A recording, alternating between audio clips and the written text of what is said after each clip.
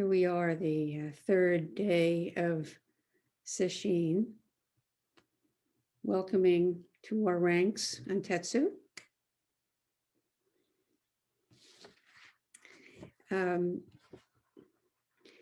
So on this third day, the effects of Sesshin are most likely clearly showing. So again, I ask you, have you noticed this?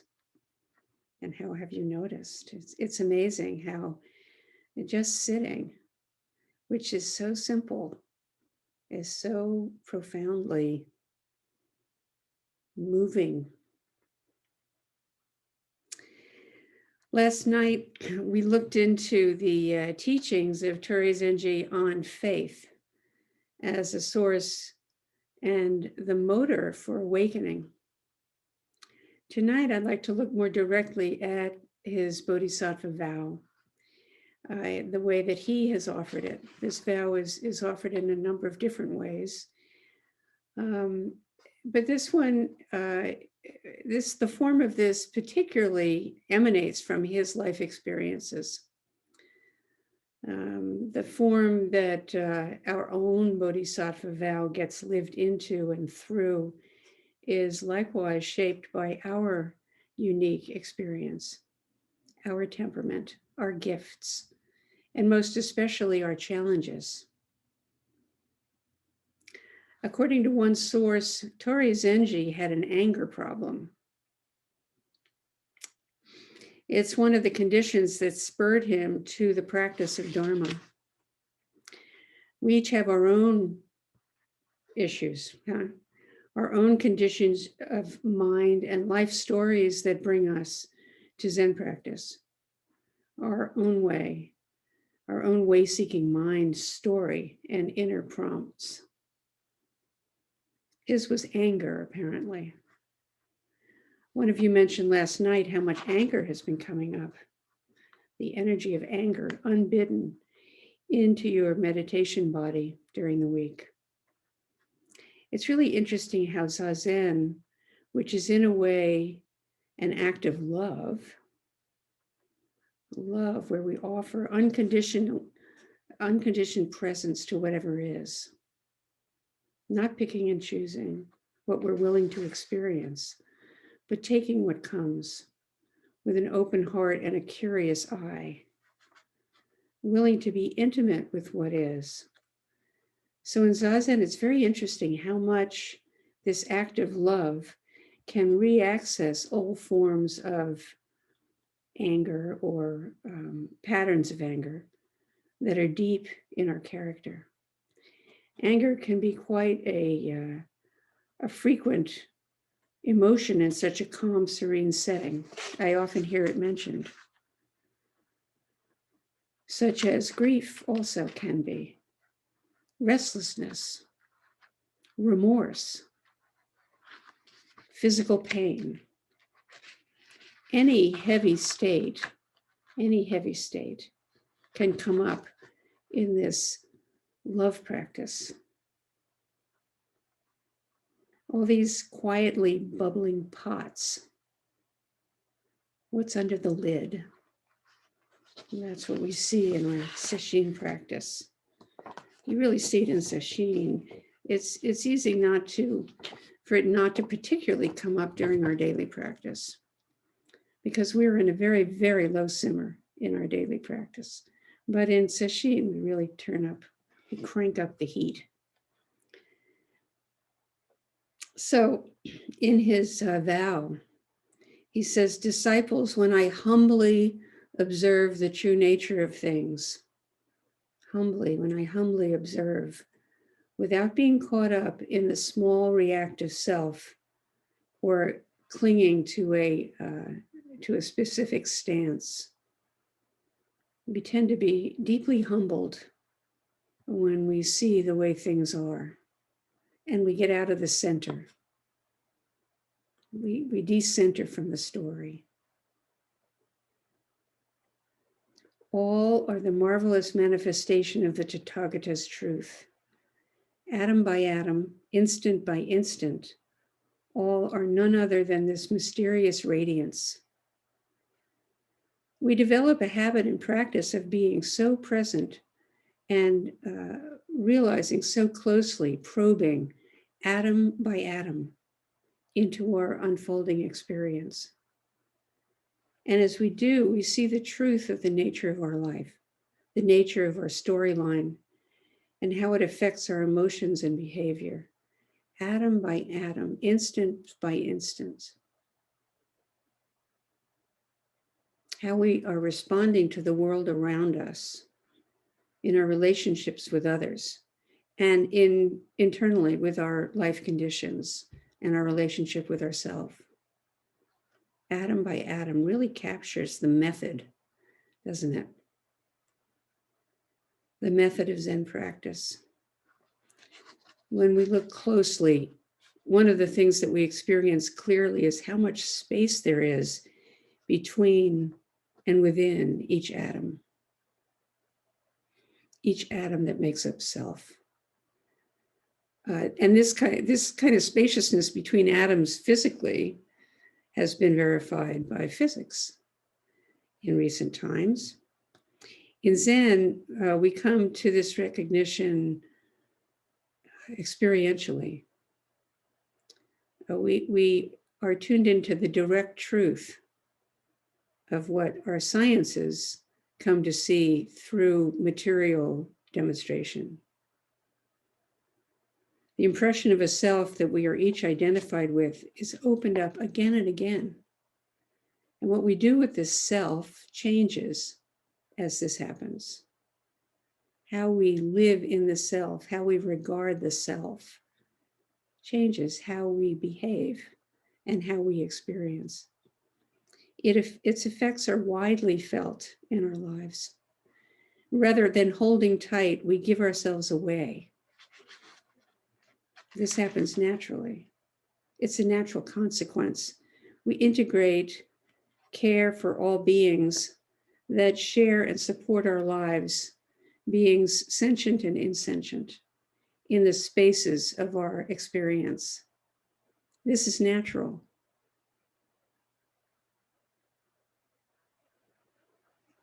It happens without particular intention, but the vow really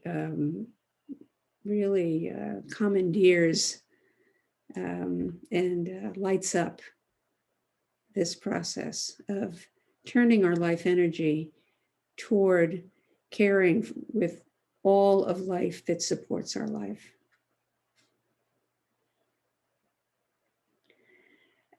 Thomas Merton, the Trappist monk and theologian, who was on his way actually to spend some time with the Dalai Lama when he died. And so he was really beginning to pursue the Buddhist path. He saw this as a direct, important aspect of his own prayer life. He offers a definition of faith, which is the very act of self-donation, of giving the self away. This is another way to describe the Bodhisattva way, self-donation.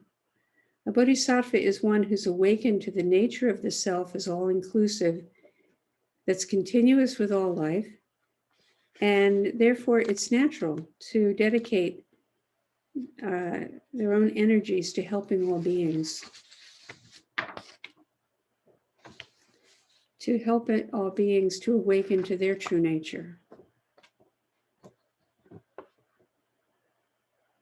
And this is done not just in a way, it's not in the guise only of direct teaching, but someone who's really awake and fully inhabits their being, elicits an experience for others that is similar. And this ends the suffering and anguish that comes with heavy feeling states the ones that take us over and from which we can find no refuge. When we have mastered this kind of opening, we freely offer it in whatever ways can be received, whatever ways are natural. So then the next lines are, our virtuous ancestors extended loving care and reverence toward even such beings as birds and beasts. How then can we be but humbly grateful for the food, drink, and clothing that nourishes and protects us throughout the day? How can we be anything but mindful of everything we receive each day that supports our life? These being, in essence, the warm skin and flesh of the great masters, the incarnate compassion of the Buddha, appreciating everything in life that protects and sustains us in awakening to our one life. If we're awake to how all of the 10,000 things are of the nature of all dharmas, we share the nature, our nature, with all things, all phenomena, then we can appreciate every experience as a teaching to us. Every item in our material world, every relationship, every event and experience are mirroring back to us where we're stuck and where we're free, where we're flexible and where we're fixed, where we've closed down and aren't paying attention. You know, a knife can be a bodhisattva. If we're not paying attention when we're cutting the carrot, the knife will show us that we're not. Whoops, not here, thinking.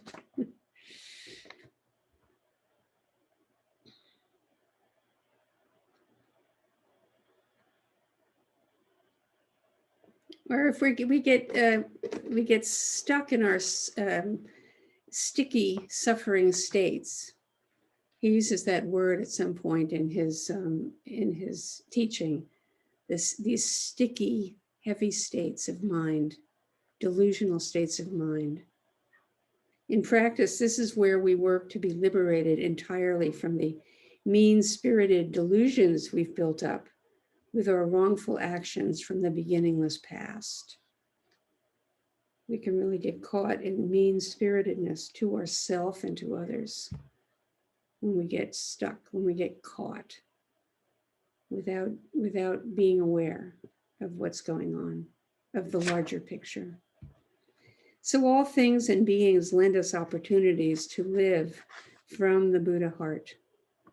And then we can offer this way of living to everyone we meet. We receive and we offer blessings continually. We are the giver, we are the receiver, and we are the gift. Continually, always. When we have our Dharma eye open. Our skin and flesh is the same as all beings. All beings, skin and flesh, and that of the great masters, in that we are alive, just like they were, for a brief tenure in our current form, and our lives are intimately and thoroughly co-arising with all other aspects of this life, this one life. And our life is always affecting those around us. We're affected by those who came before, and also we affect those who come next.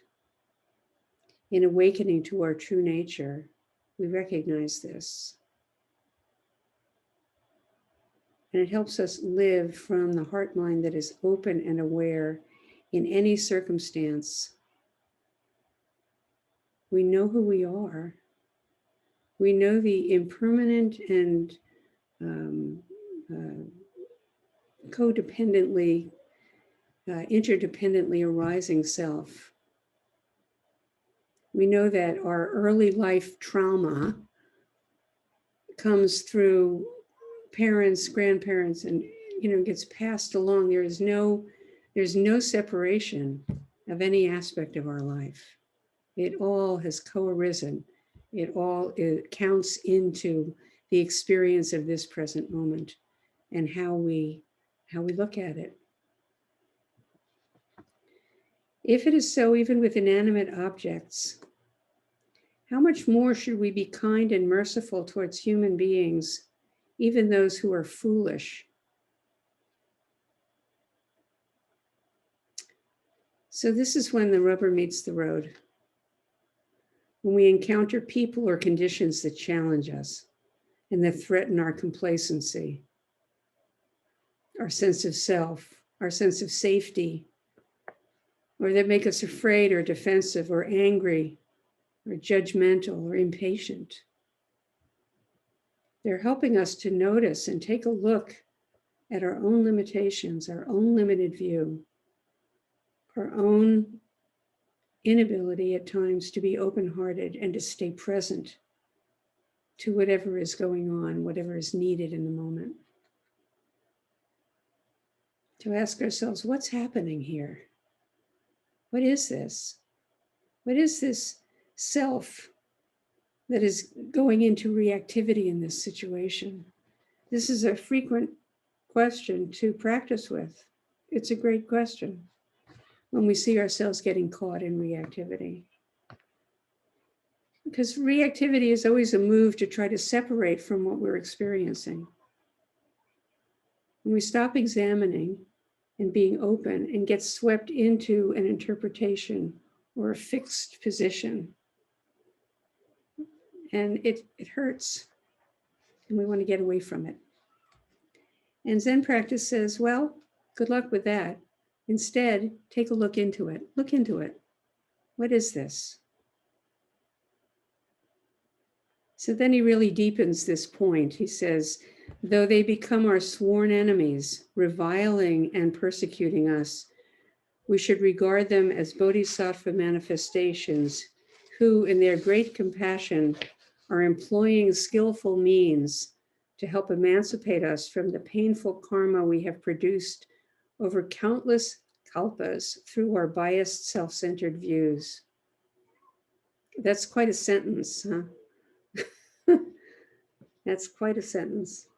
It takes a couple of breaths to get through. So sometimes someone truly is persecuting us or bullying us, or worse, for whatever their reasons are. This kind of reminds me of the what you probably are aware of about the Tibetan monks who have been, Tibet was taken over by the Chinese in very cruel ways, and they are currently, the genocide that's going on in Tibet is ghastly, is thoroughgoing, and has been for many years. There have been, when this was still possible, it's no longer possible, but there were studies done of monks who finally got out of there, who had been tortured by the Chinese, and they didn't have PTSD. They didn't have signs of trauma. And it's because their practice is so deeply the Bodhisattva Vow, and the concern for what the torturers were creating in their own mind stream and heart stream. What happens to somebody who tortures? What happens to someone who creates great harm? Their suffering is profound. And so looking at that, it doesn't disperse with the harm done or their responsibility for harming others, but the internal experience of it is also, it's a hell realm. It has to be a hell realm that somebody is caught in when they take actions like that. When they are so caught and so separated, so split.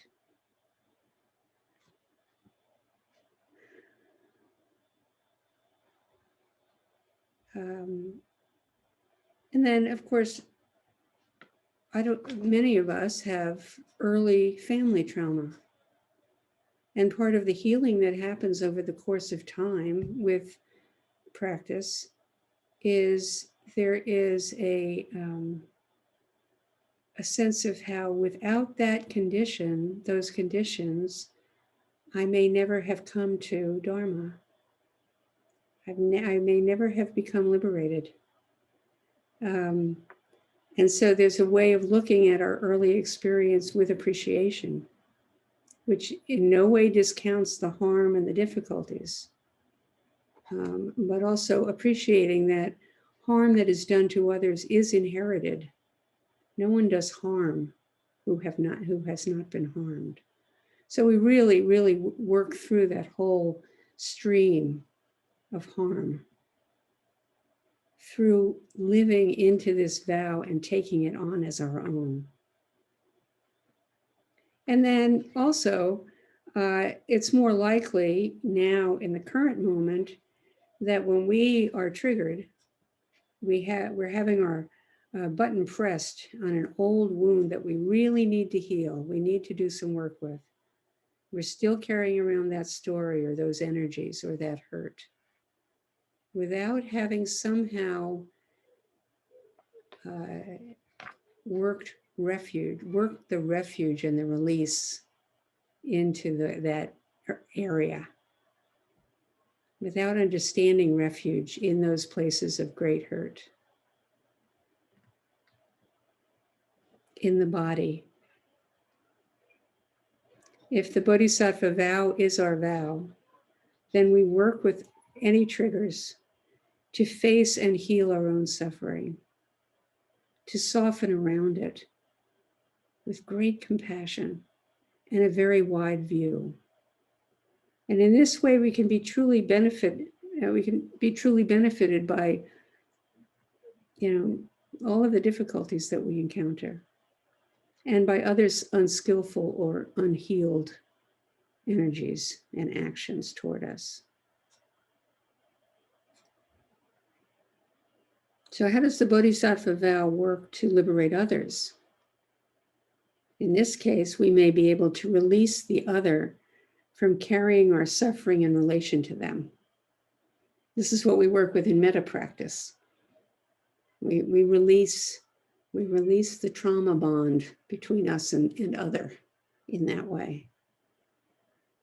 Anything we may have been projecting onto them or may have been receiving from them loosens into the spaces, into the wide open luminosity of one mind. And Chagdu Rinpoche says here, the role of the enemy isn't a permanent one. The person hurting you now might be a best friend later. By contemplating again and again in this way, we learn to respond to aggression with compassion and answer anger with kindness. That's another wonderful point here, is to bring awareness of impermanence, which means we're open to things changing. We're open to healing. We're open to including other as self. When we do our own work, we lift suffering out of the world.